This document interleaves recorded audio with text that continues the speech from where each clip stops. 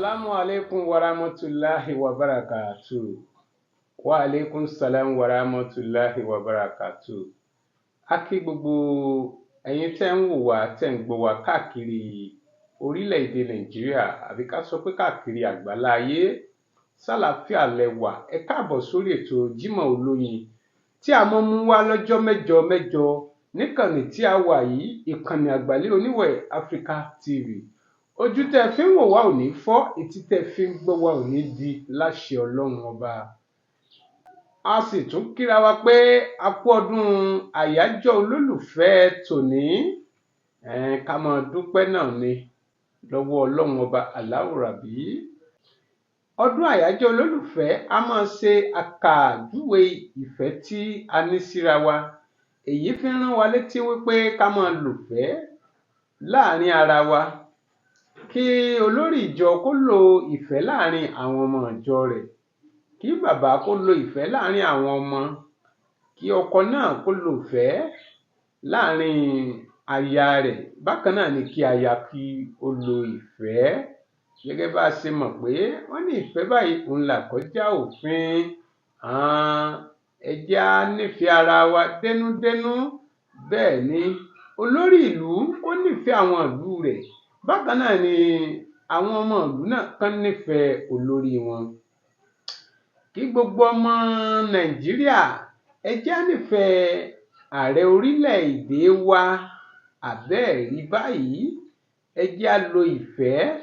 Ààrẹ orílẹ̀-èdè á rọ ẹ̀yin náà, ẹ nífẹ̀ẹ́ ọmọ orílẹ̀-èdè yín, àwọn tẹ́ ń lò jọba lé lórí. Ẹ nífẹ̀ẹ́ wọn dénúdénú. Látara ìfẹ́ tá à ń sọ yìí náà ni wípé kí ààrẹ pèsè ohun ìdẹ̀rùn fún àwọn ará ìlú. Kì í ṣe gbogbo wa la láǹfààní àti rọkọ̀ bọ̀gìnì bẹ́yìn ṣe ń rà á. Kì í ṣe gbogbo wa la láǹfààní àti kọ́lé bẹ́yìn ṣe ń kọ́. Kì í sì ṣe gbogbo wa náà la láǹfààní láti kó àwọn ọmọ wa lọ sí òkè òkun.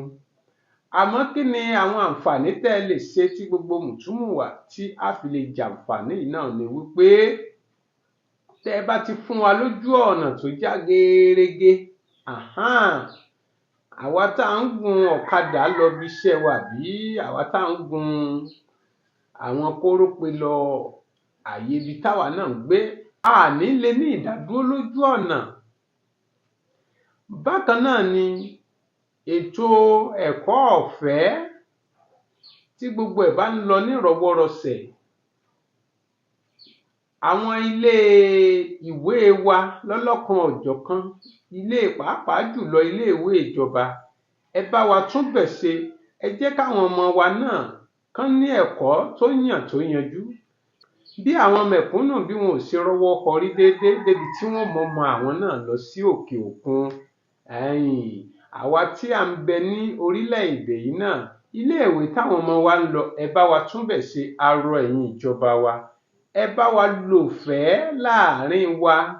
Gbogbo gómìnà tí ń bẹ ní gbogbo ìpínlẹ̀ kọ̀ọ̀kan, a rọ̀ yín, a tù yín.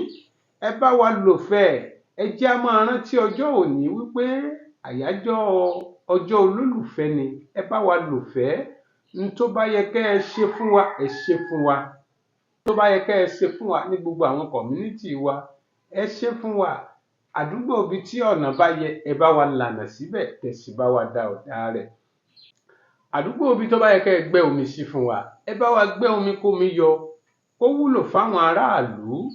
Ara ìfẹ́ náà ni. Àdúrà wa yóò gbà láṣẹ Ọlọ́run ọba. Ẹ jẹ́ ká dókè ọjà lọ́hùn-ún ká lọ wo ohun tán ní fún wa ń bẹ̀. Ladies and gentlemen, lọ́mọdé pẹ̀lú alàgbà, lọ́kùnrin lóbìnrin o, lẹ́mí yọ EFCC. Ẹ̀yà mi létí yín o láti gbọ́ làbáàrì èyí tí mo tún gbé dé. Ẹ tẹ́tí ẹ gbọ́rọ̀ mi o. Ẹ tẹ́tí ẹ gbọ́rọ̀ mi o.